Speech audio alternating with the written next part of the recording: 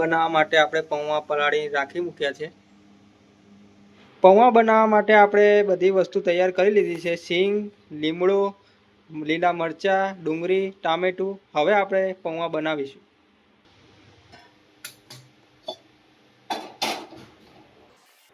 હવે આપણે પૌવા બનાવીશું। પૌવા બનાવવા માટે પહેલા તેલ લઈ લઈશું।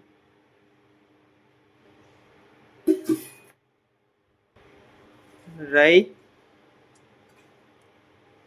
જીરું,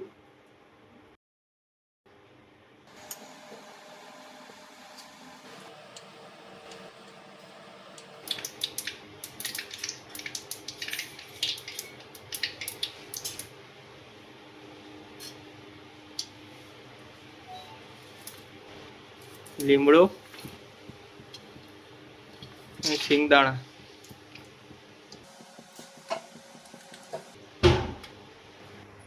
ના મરચા,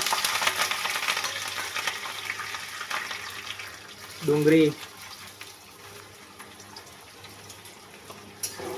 હવે કમ્પ્લીટ મિક્સ કરીશું।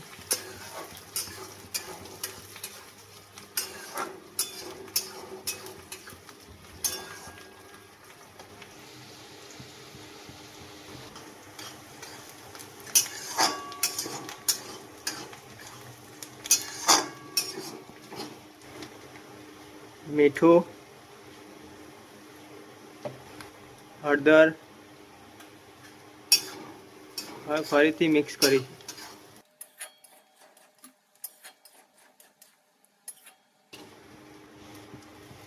ટામેટા,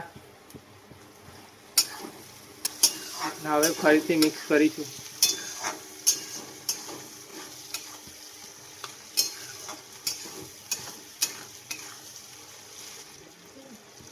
ડુંગળી, ટામેટા ને બધા મસાલાને 5 મિનિટ સુધી ચડવીશું।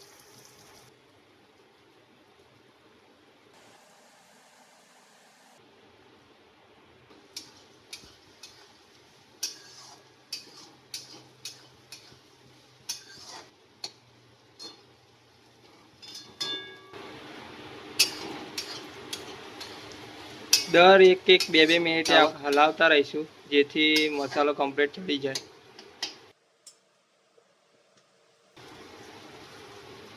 હવે નાખીશું મરચું ને પછી હલાવીશું કમ્પ્લીટ।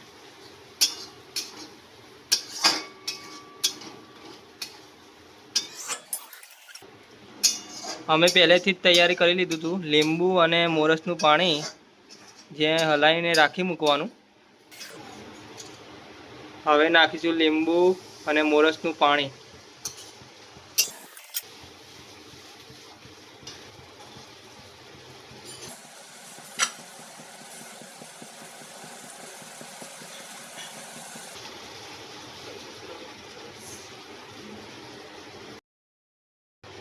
આવી ગયા પૌવા।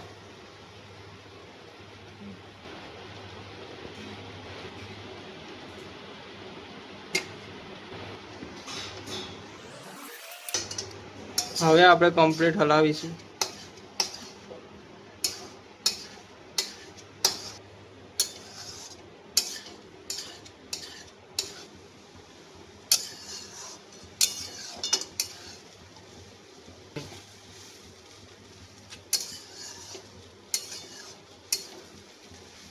આપણે પૌવાને કમ્પ્લીટ હલાવી લીધા છે। હવે કમ્પ્લીટ હલાવીશું।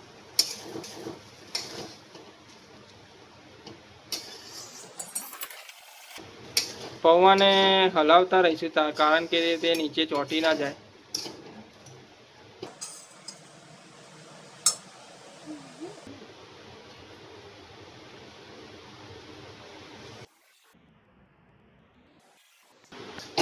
પૌવાને 2-3 મિનિટ રાખીશું પછી કમ્પ્લીટ થઈ જશે। ગેસ પણ ધીરો રાખજો જેથી પૌવા નીચે ચોંટી ના જાય।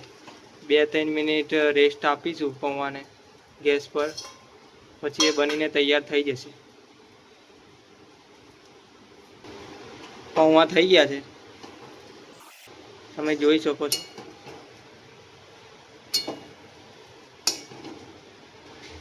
હવે આપણે પૌવાનો શણગાર કરીશું ધાણા વડે।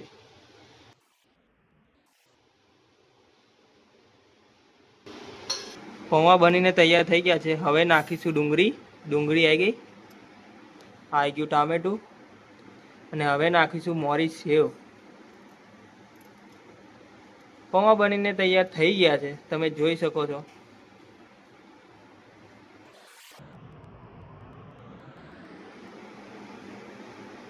પૌવા બનીને તૈયાર થઈ ગયા છે. જો તમને અમારો વિડીયો ગમ્યો હોય તો લાઈક કરજો, શેર કરજો અને કોમેન્ટ કરવાનું ભૂલતા નહીં.